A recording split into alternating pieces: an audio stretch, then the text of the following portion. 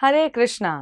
पाषाणकुशा एकादशी के महात्म्य के बारे में ब्रह्म वैवर्त पुराण में भगवान श्री कृष्ण युधिष्ठिर महाराज से वर्णन करते हैं।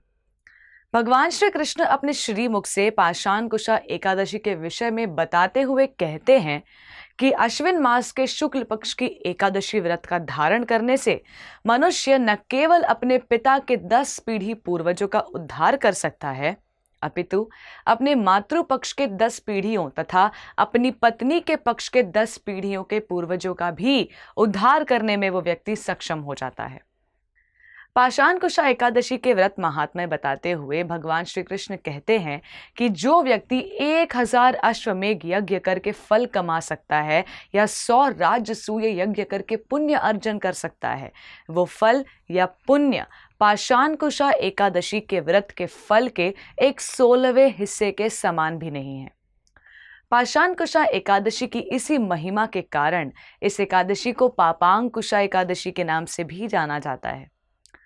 पाषाणकुशा एकादशी को जो भी व्यक्ति भगवान पद्मनाभ की यानी जो भगवान विष्णु के ही पवित्र नामों में से एक है, इसका नाम जब निरंतर रूप से करता चला जाता है, उसे वैकुंठ अपने जीवन काल के अंत होने पर अवश्य प्राप्त होता है।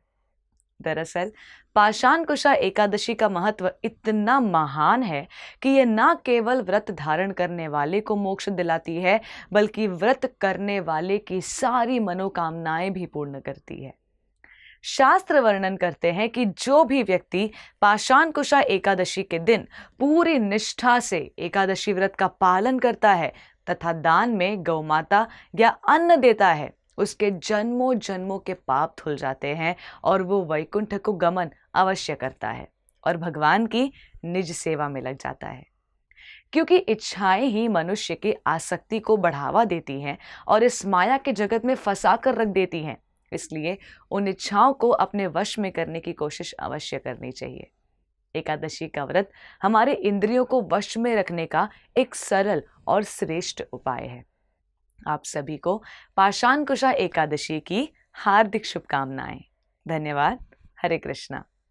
ऐसे ही और भक्तिमय कार्यक्रमों के लिए देखिए हरे कृष्णा टेलीविजन और इसे प्राप्त करने के लिए आप अपने केबल अथवा DTH ऑपरेटर से संपर्क करें तथा और अधिक जानकारी के लिए आज ही डायल करें 7666 839 839।